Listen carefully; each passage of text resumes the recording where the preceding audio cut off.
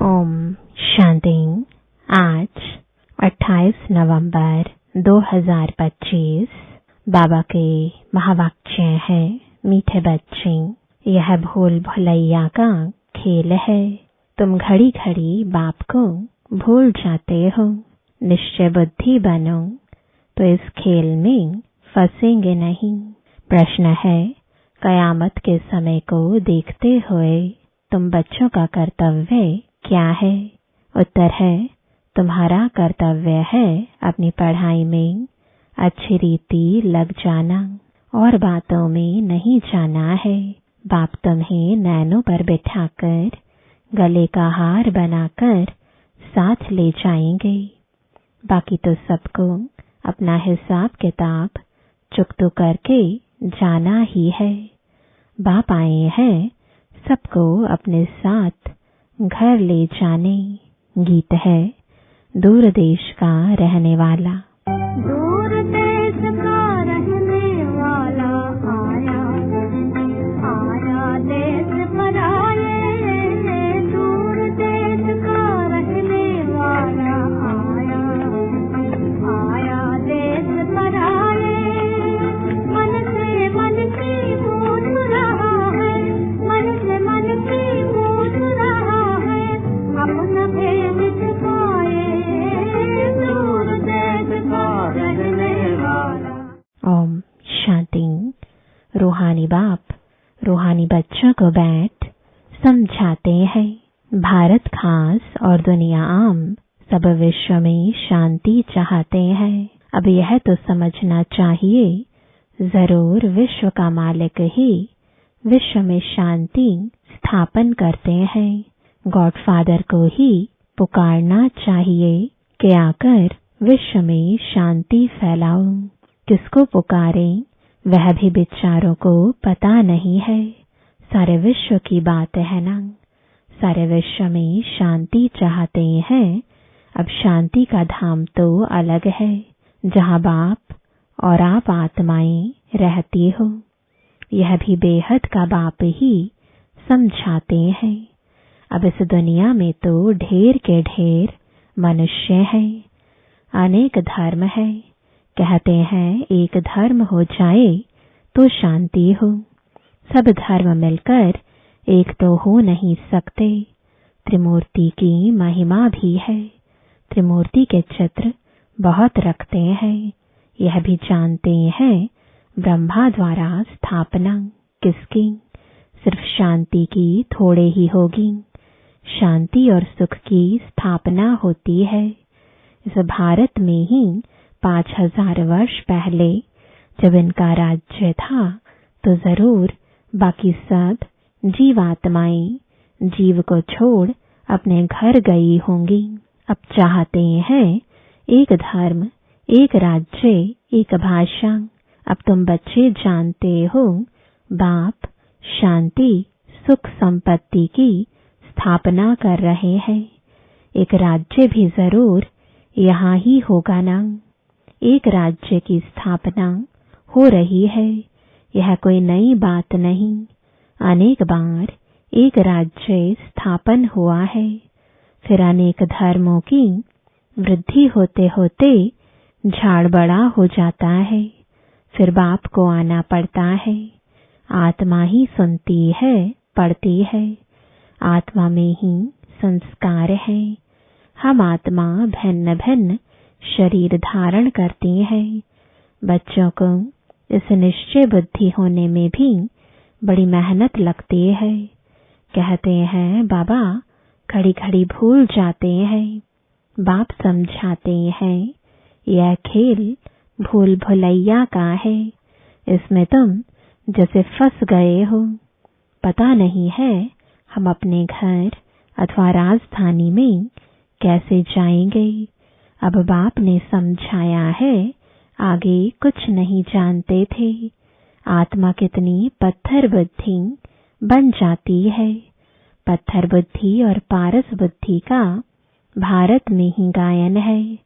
पत्थर बुद्धि राजाएं और पारस बुद्धि राजाएं यहाँ ही है। पारसनाथ का मंदिर भी है। अभी तुम जानते हो हम आत्माएं कहाँ से आई हैं पाठ बजाने, आगे तो कुछ भी नहीं जानते थे। इनको कहते हैं कांटों का जंगल। यह सारी दुनिया कांटों का जंगल है। फूलों के बगीचे को आग लगी ऐसा कभी सुना नहीं होगा। हमेशा जंगल को आग लगती है। यह भी जंगल है, इनको आग लगनी है जरूर। फंभोर को आग लगनी है। इस सारी दुनिया को ही फंभोर कहा जाता है। अभी तुम बच्चों ने बाप को जान लिया है। सम्मुख बैठे हो, जो गाते थे तुम्ही से बैठूं, वह सब कुछ हो रहा है। भगवानुवाच तो जरूर पढ़ेंगे ना। भगवानुवाच बच्चों प्रति ही होगा ना। तुम जानते हो भगवान पढ़ाते हैं। भगवान कौन है? निराकार शिव को ही कहेंगे।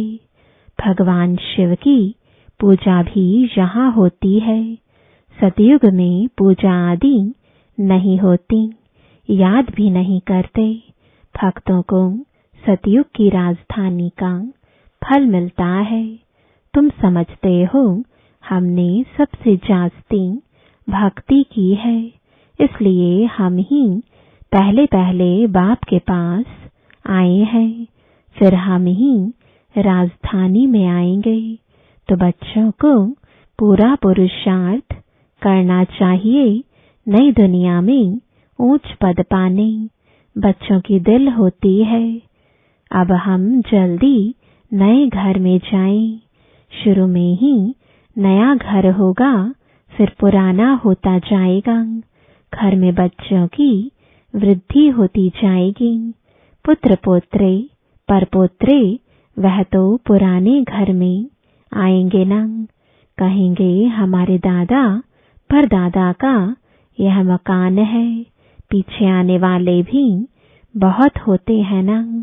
जितना जोर से पुरुषार्थ करेंगे तो पहले नए घर में आएंगे।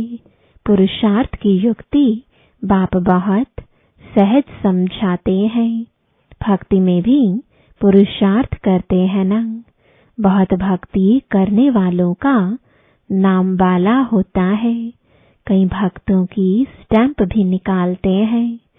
ज्ञान की माला का तो कोई को पता नहीं है। पहले है ज्ञान, पीछे है भक्ति। यह तुम बच्चों की बुद्धि में है। आधा समय है ज्ञान, सतयुग त्रेता। अभी तुम बच्चे नॉलेजफुल बनते जाते हो। टीचर सदैव फुल नॉलेज वाले होते हैं। स्टूडेंट में नंबरवार मार्क्स उठाते हैं। यह है बेहद का टीचर। तुम हो बेहद के स्टूडेंट। स्टूडेंट तो नंबरवार ही पास होंगे, जैसे कल्प पहले हुए हैं। बाप समझाते हैं तुमने ही 84 जन्म लिए हैं। 84 जन्मों में 84 टीचर होते हैं। पुनर्जन्म तो जरूर लेना ही है। पहले जरूर सतो प्रधान दुनिया होती है, फिर पुरानी तमो प्रधान दुनिया होती है। मनुष्य भी तमो प्रधान होंगे ना। झाड़ भी पहले नया सतो प्रधान होता है। नए पत्ते बहुत अच्छे अच्छे होते हैं। यह तो बेहद का झाड़ है। ढेर धर्म है। तुम्हारी बुद्धि अब बेहद तरफ जाएगी। कितना बड़ा झाड़ है। पहले पहले आदि सनातन देवी देवता धर्म ही होगा, फिर वैरायटी धर्म आएंगे। तुमने ही 84 वैरायटी जन्म लिए हैं। वह भी अविनाशी है। तुम जानते हो कल्प कल्प 84 का चक्र हम फिरते रहते हैं। 84 के चक्र में हम ही आते हैं। 84 लाख जन्म कोई मनुष्य की आत्मा नहीं लेती है। वह तो वैरायटी जानवर आदि ढेर है, उनकी कोई गिनती भी नहीं कर सकते। मनुष्य की आत्मा ने 84 जन्म लिए हैं। तो यह पाठ बजाते बजाते एकदम जैसे टायर्ड हो गए हैं, दुखी बन गए हैं। सीढ़ी उतरते सतु प्रधान से तमु प्रधान बन गए हैं। बाप फिर तमु प्रधान से सतु प्रधान बनाते हैं। बाप कहते हैं, मैं तमु प्रधान शरीर, तमु प्रधान दुनिया में आया हूँ। अब सारी दुनिया तमु प्रधान है। मनुष्य तो ऐसे कह देते हैं, सारे विश्व में शांति कैसे हो। समझते नहीं कि विश्व में शांति कब थी। बाप कहते हैं, तुम्हारे घर में तो चित्र रखे हैं ना, इनका राज्य था तो सारे विश्व में शांति थी। उनको स्वर्ग कहा जाता है। नई दुनिया को ही हेवन गोल्डन एज कहा जाता है। अभी ये पुरानी दुनिया बदलनी है। वह राजधानी स्थापन हो रही है। विश्व में राज्य तो इनका ही था। लक्ष्मी नारायण के मंदिर में बहुत मनुष्य जाते हैं। यह थोड़े ही किसकी बुद्धि में है कि यही भारत के मालिक थे। इनके राज्य में जरूर सुख शांति थी। 5000 वर्ष की बात है जब इनका राज्य था। आधा कल्प के बाद पुरानी दुनिया कहा जाता है। इसलिए धंधे वाले स्वास्तिका रखते हैं चौपड़े में। उनका भी अर्थ है ना। वह तो गणेश कह देते हैं। गणेश को फिर विघ्न विनाशक देवता समझते हैं। स्वास्तिका में पूरे 4 भाग होते हैं। यह सब है भक्ति मार्ग। अभी दीपावली मनाते हैं। वास्तव में सच्ची सच्ची दिवाली याद की यात्रा ही है, जिससे आत्मा की ज्योति 21 जन्मों के लिए जग जाती है। बहुत कमाई होती है। तुम बच्चों को बहुत खुशी होनी चाहिए। अभी तुम्हारा नया खाता शुरू होता है नई दुनिया के लिए। 21 जन्मों के लिए खाता अभी जमा करना है। अब बाप बच्चों को समझाते हैं, अपने को आत्मा समझ सुन रहे हो। आत्मा समझ सुनेंगे तो खुशी भी रहेगी।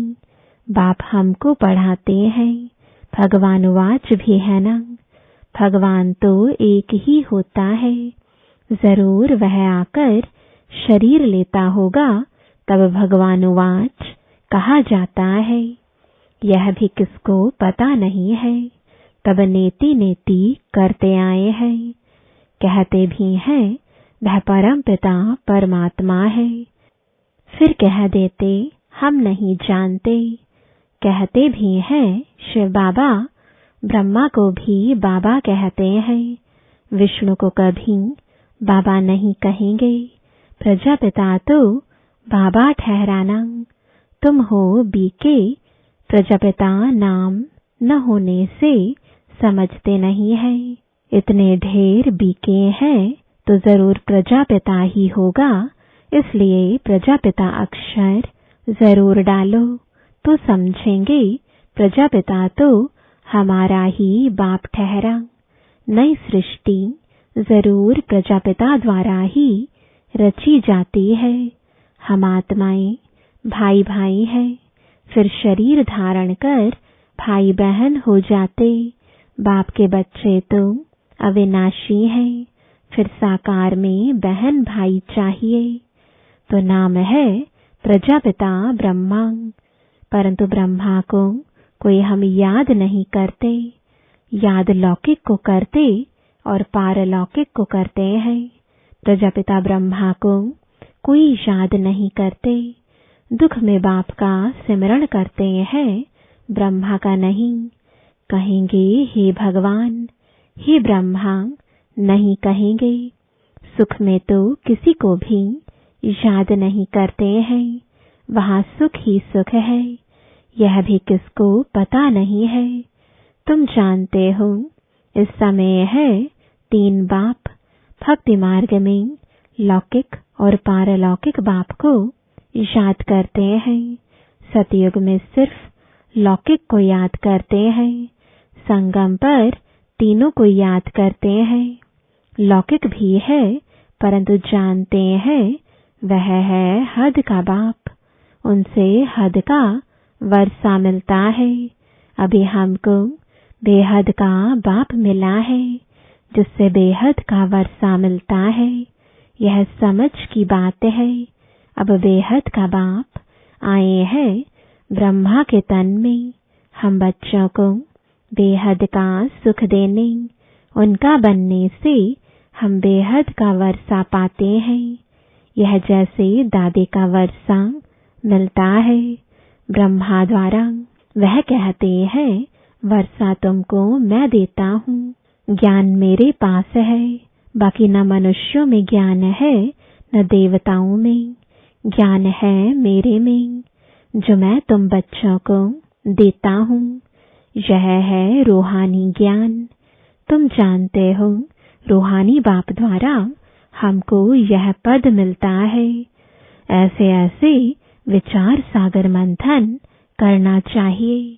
गायन है मन के जीते जीत, मन से हारे हार। वास्तव में कहना चाहिए माया पर जीत, क्योंकि मन को तो जीता नहीं जाता। मनुष्य कहते हैं मन की शांति कैसे हो।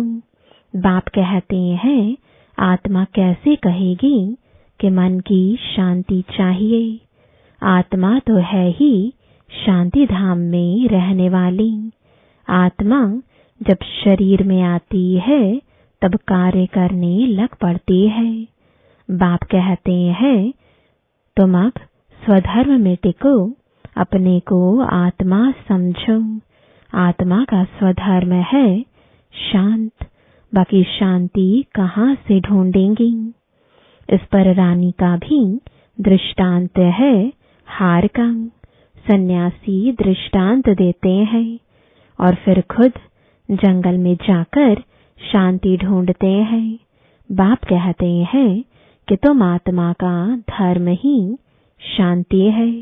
शांति धाम तुम्हारा घर है जहाँ से पाठ बजाने तुम आते हो।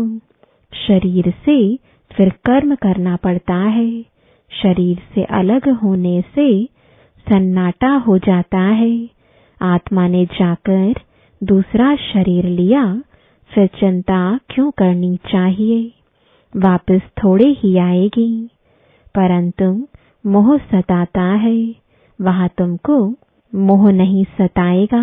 वहाँ 5 विकार होते नहीं। रावण राज्य ही नहीं, वह है राम राज्य। हमेशा रावण राज्य हो तो फिर मनुष्य थक जाए, कभी सुख देख ना सके।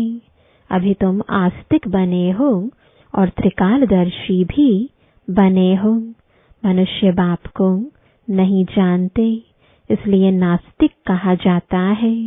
अभी तुम बच्चे जानते हो यह शास्त्र आदि जो पास्ट हो चुके हैं, यह सब है भक्ति मार्ग। अभी तुम हो ज्ञान मार्ग में। बाप तुम बच्चों को कितना प्यार से नैनों पर बिठाकर ले जाते हैं।